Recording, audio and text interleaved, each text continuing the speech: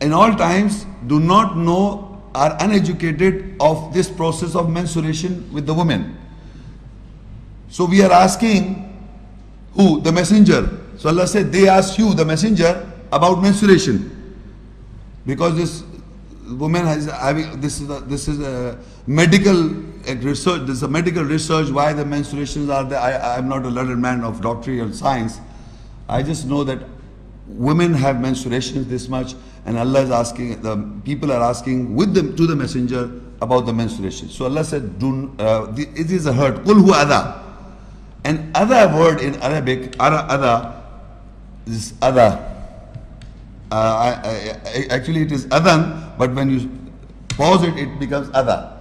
So now Allah says, Qul huwa adha. Say it is a hurt, anxiety, and other meanings to this word is they get irritated, they are hurt, they are depressed, they have tension, they are in grief, they feel lethargy, they are difficult in concentration, food cravings. So many things I have mentioned in when they are in menstruation. Medically also you can find out, a woman, if you say you feel like, no, I am not like this, you said like this, no, I am not. So I have said so many things. So woman has to come under some of these. You see, you tell the woman, some women, they argue for nothing, for argument.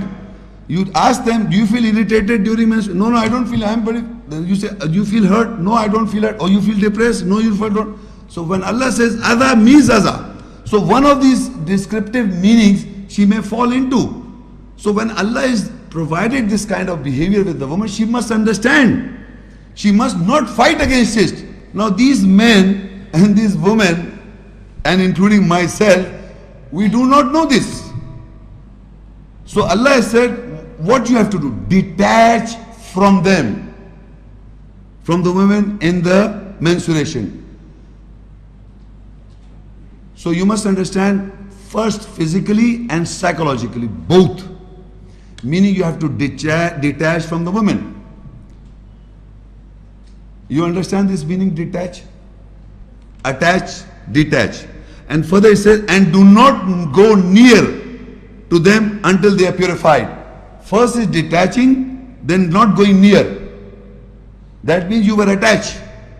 Psychologically or physically, how can you be attached to the woman that Allah said be detached? Because we are sharing one bed. Normally husband and wife, do they share one bed or not? Yes or no? Generally yes. Exception to the rule. So now detach. During menses, detach. Meaning they should not share the bed. Physically detachment. Psychological detachment is because they are irritated, because they are feeling hurt, because they are in tension, they may say certain things which may annoy you. You are not taking care of me. You are not doing this to me. I've been this, and there are many, I don't go into details. All women know. But listen to me very carefully, you men. Do not get involved in any kind of discourse. Detached with them means do not have any, don't comfort them. They don't want comfort. They are in that position that just detach. Detach means after the write down whatever the complaints you have, you write it down. Once the phase of this period passes by, we'll have a healthy discussion at that time. Because they are irritated, you know, a man is irritated sometime, a man you are trying to convey and he's irritated. So Allah is telling you that women are in that state of mind that you men should detach them. And women normally unconsciously get involved into a dialogue or a discussion or debate, and the husbands are not aware because Allah is saying detach, they don't understand. They get into a dialogue and debate. What is the result? Quarrel, a big quarrel, a real big quarrel. Enmity starts. You say certain words, it goes into the hearts of the woman. She keeps in her heart. And you, the man, because the man did not realize that she was not feeling well, he said it. So what happens is a big quarrel. So after the period passes by, the man has kept in his heart and the woman has kept in his heart. So that hurt is carried forward in the normal days. Then she will not give you 1 inch of room to have a dialogue. And neither you will give 1 inch room to have a dialogue, because you are so much hurt. You have hurted your wife to an extreme case, and she has hurted you to an extreme case. You did not follow the commandment of Allah. Detached means psychological, physical, total detachment. It's not a disgrace. Do not ever woman should think it is a disgrace. It is betterment for you that man should not involve in any kind of discourse, any intercourse, no sexual, no mental. Ask her to write it down. Whatever the ill and hurts and feelings you've got it with me in these days, you write it down. And when the time comes by, when the time will pass over, then we'll sit down and have a dialogue. But no, not now. So that is why in the Quran Allah said, do not go near, even women do not pray in these timings, because Allah says further, go near until they are purified. When they are purified, then come to them, and Allah has ordered you. Means do not go near them until they are purified. Purified means once they are under the state of menstruation, it's a hurt, and they are not purified. Means psychologically and physically they don't feel purified. Physically also, psychology also. It is in the ayat. So we must know. So in those times, Quran is also, Allah said, do not read the Quran, or that's a separate discussion, and even Salah. Because Salah is a communication with Allah. You are not purified, how can you? Allah said, La yamassu illa al-mutahharun. It is for men and women both. Men also are not purified. They can't touch the essence of Allah's ayahs. So women in these periods are not purified. They can't touch the essence of Allah's ayahs. So you must understand, men, believing men, it's an education. Whenever your wives are in that phase, it is you who have to detach. They have to get educate from them, because they are in that state of mind. Whatever the reason they may have, you can write it down. After 7 days I will talk to you. And if you practice in life, then the healthy relationship begins. If you will not, if you read it and you keep on having those dialogues, and you keep on having sleeping in the same time, believe me, it will depart. It will more. It will be to the extent of divorce. Believe me, because that's what's going on in the Western world, or in the non-Muslim society. They don't practice this ayat. They try to prove by the medical science that it is all right. Nothing happens. Astaghfirullah. And believe me, by their theories. The fact is, it is that she feels this position. She should be separated in those times. And then Allah said, then come to them from where Allah has ordered you. This ayat is very clear. Every man knows how and when, how to go near women where Allah has ordered you. So now further, on page 5 and 6, Al-Baqarah 2, ayat 223. Nisa'ukum harthul lakum fa'atu harthakum anna shi'tum wa qaddimu li anfusikum wattaqullah wa'lamu annakum mulaquh wa bashiril mu'minin. Your women are a cultivated land for you. So come to your cultivated land how you will, and advance for your psyche and take guard of Allah, and know that you are going to meet Him, and give the good news to the believers. Now Allah is describing again the women's personality. First they were adornments. Now Allah said they are like cultivated land. Like Nisa'akum harsul. For men they are cultivated land. Hars. Kheti in Urdu. You must understand. So Allah says, so come to your cultivated land how you will. How you will is meaning any manner to have a production of child, even test tube baby. Because what you do in cultivation, what is the cultivation? Cultivation means to produce in a land which produces something, right? So the men should know how the farmer take care of the cultivated land. Similarly, the woman should know that she's like born like this. She's made like this. Born, she's made like this. She's an adornment and she's a cultivated land. So the man should take care of the woman in a manner that she is a cultivated land. So, and Allah say, how you will, you come, you go to the cultivated, near the cultivated land as you like. So the how in the word annashi to mean how means in any manner, I'm telling you, in any manner, keeping in mind that they should have a children. You can consult doctors, you can consult anybody to have children. That is the purpose of, main purpose of women. If you are not having relationship with your wives for cultivation, you are creating problem for you, because she is made for cultivation. And if you are not having children, because I got married and in America and Western world they say we lived 3-4 years together, we will not have children, we'll just try to see how we understand each other. You know, this is the stupidest idea of living together, having any kind of relationship. The woman will not like you an inch if she doesn't have a child from you. You remember this, the Quran says you have not touched any woman. Maryam says, how can I have a child when no man has touched me? Man can only touch a woman if she bears a child from that man.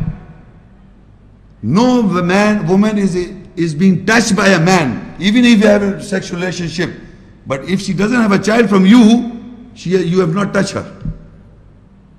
Remember this, you have not touched any woman physically, sexually, whatever you have done to her. But if she has not produced a child from you, she has no regard, nothing has happened to her. Because Allah says if she takes a divorce, she can marry immediately. She can get married immediately. She doesn't have to go through that iddat or the counting of the periods. But a man who's got children from any woman, 4 months and 10 days for a widow, and 3 months and other periods are required, maybe 3 months, 6 months, that is a different issue. Divorce, I'll be delivering a lecture on divorce, that how it takes place. It takes some time for woman to forget the man whom she bore a child. That means she's being touched. If you have not have any children from any woman, has not. So remember. So now Allah says she's a cultivated land. So however you will, meaning you can plan with your wife for having children, but your aim should be to have children. And advance good deeds for your souls. Advance good for your souls. What we do is, when we have to do, we have to appreciate, give some gift, nice manners, so that it becomes a memory of good in the past. You know, we are leading a life where we are having relationship with our husband and wives. We use certain words. If you are using good words, they remain good in the memory of the women and men. Or if you use bad words or wrong words, and it leaves a bad memory. So Allah says advance. Advance means go, send ahead. Good words for your souls, and take guard of Allah, and know that you are going to meet Him, and give the good news to the believers. So the believers is the good news. So when you have to share this kind of sexual relationship, you must know you can do any manner, you can have any kind of relation with your wives, but advance good deeds, good works to each other, both of them. But it is referring to male here. Similarly, the timings are mentioned. Similarly, the ribaldry is mentioned. So what I'm saying, but you should know that you should plan the difference of for one child to another child. 3 years, 4 years, 2 years, whatever, but she should be used for cultivation, not for any other purpose only. Now, how much the difference is, you go to another staple page, I will explain to you that in Surah Al-Aqaf 46, Ayah 15. وَوَصَّيْنَا الْإِنسَانَ بِوَالِدَيْهِ إِحْسَانًا حَمَلَتْهُ أُمُّهُ كُرْهًا وَوَضَعَتْهُ كُرْهًا وَحَمْلُهُ وَفِصَالُهُ 30 شهرا. That's not the complete ayat. I am reading below another ayat. That these are portions of the ayat that is related to our topic. Al-Baqarah 2:233. وَالْوَالِدَاتُ يُرْضِعْنَا أَوْلَادَهُنَّ حَوْلَيْنِ كَامِلَيْنِ. And the mothers will suckle, nourish their children, completing 2 periodic surroundings. We gave the testament to the man to give good, to be good with his parents. His mother carried him dislikingly and placed him dislikingly, and his carrying and his weaning separation is 30 months. Now I am reading these two verses to explain to you what is the family planning, or how the husband should have a relationship with his wife in keeping view of the cultivation. How? The Allah says that we gave the testament to the man to be good with his parents. Now his mother carried the child in dislikeness, and give birth in disliking. Disliking means by compulsion. And his carrying, meaning pregnancy period, and his weaning or separation, meaning breastfeeding, 2 periods, is 30 months. Look, the Arabic word is وَحَمْلُهُ. Last verse, line. وَحَمْلُهُ وَفِصَالُهُ ثَلَاثُونَ شَهْرًا. It means وَحَمْلُهُ وَفِصَالُهُ ثَلَاثُونَ شَهْرًا means his weaning and his carrying and his weaning separation is 30 months. One is the pregnancy period and one is the breastfeeding period, 2 periods. Further I said the mother will suckle the nourish their children, completing the 2 periodic surroundings. One is the surrounding in the mother's womb and one is the outer surrounding. These are the 2 surroundings, and these 2 surroundings should be covered by woman. And the period is mentioned is 30 months, meaning 2 years and 6 months. 2 years and 6 months. In Arabic is awladahunna hawlaini. Hawl is 1 surrounding. Hawl in Arabic means 1 surrounding. Hawlaini means 2 surroundings. Kamilaini means 2, completing 2 surrounding, 2. So 1 surrounding is the pregnancy, the child is being nourished in the mother's womb, and the rest is outer surrounding from the mother's breast. So they are 2 surroundings. Allah says the completing of these 2 is 30 months. So how will we analyze how much time the woman is to breastfeed, right? To feed. I will ask you, total is 30 months. Both periods is total is 30 months, 2 years and 6 months. If I say, if the child is born in 6 months, how much, in 6 months a child is born, how much months are required to breastfeed the child? 24 months or 2 years. If the child is born in 6 months, so 2 years she has to, the outer surrounding would be 2 years. The inner surrounding is 6 months, so 2 years will be the outer surroundings. Inner surroundings would be 6 months. 7 months, 23 months. 8 months, 22. 9 months, 21. It's not 2 years. It depends. 1 year 9. It depends upon you. The woman knows my baby from the day she was pregnant and the day the child was born. The mother knows the amount of months. 7 months baby, 8 months baby, 9 months baby, and the other rest of the feeding would be according to complete the 30 months would be accordingly. Yeah, I hope you understand what I'm saying. Now, normally women do not have menstruation during, normally, I'm not saying 100%, normally some women, there are many women who do not have any menstruations during the breastfeeding. So suppose this whole period would be 30 months.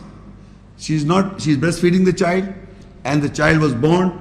Now automatically in this period she cannot have a baby. By naturally, if she's not having menstruation. But there are certain ladies do have menstruation. So we are talking about those women who do not have menstruation during this feeding period, so that will become how many months? 30 months, mean 2 years and 6 months. So that is natural family planning. If you go beyond 6 months or 1 month rest period of the wife, because she has given 2 months, you won't even have immediately a child after 2.5 years. That comes to 2.5 years. You must give some rest, as the farmer gives rest to the land. That means a child difference, an approximate difference I am giving by the ayahs would be more than 3 years. One child, another child should be a difference of 3 years. So in a healthy woman can have maximum how many in 20 years she may have 4 children, 4 children, 4 people, 4 kids in a difference of 3 years. So you can imagine it's not an easy matter that in every year you are having children. So family planning is indirectly educated by the ayahs, that we can have family planning according to these understandings of these ayahs. In the staple page again, Surah Al-Asr 17 and ayah 31, وَلَا تَقْتُلُوا أَوْلَادَكُمْ خَشْيَةَ إِمْلَاقٍ نَحْنُ نَرْزُقُهُمْ وَإِيَّاكُمْ إِنَّ قَتْلَهُمْ كَانَ خِطْئًا كَبِيرًا. And do not kill your children for the fear of poverty. We provide sustenance to them and to you. Surely their killing is a big mistake. Now here Allah is telling us that women should not kill the children, or not, sorry, women, it is generally men and women both. They should not kill the children for the fear of poverty. They fear, there are 2-3 reasons that men do not have. I tell you, if they have 3 to 4 years difference, so it is already in a span of 18 years or 20 years, they can have 4 children. So that means Allah is telling us, but if you are afraid of having children because of poverty, if you'll have children and because of we are poor people and who's going to serve, we can't give them education, we can't do this, so this is wrong. So Allah said, do not kill your children for the fear of poverty. We provide sustenance to them and to you. Surely their killing is a big mistake. So we should not have this kind of idea of not having kids. Only they say 1 or 2, that's all. No. They are cultivating the land. We must have cultivation, but in a periods of times. If they are healthy women, if they are having some problems medically, of course, that's an exception. So these ayahs that I discussed were related to sexual relationship. Now I am coming back to the psychological relationship with husband and wife. On page 11 and 12. Surah An-Nisa 4 and ayah 34.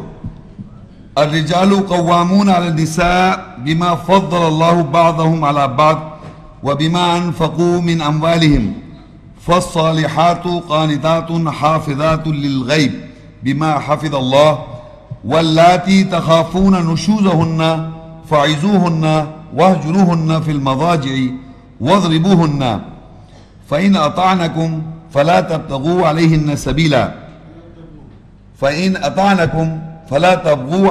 سبيلا إن الله كان عليا كبيرا.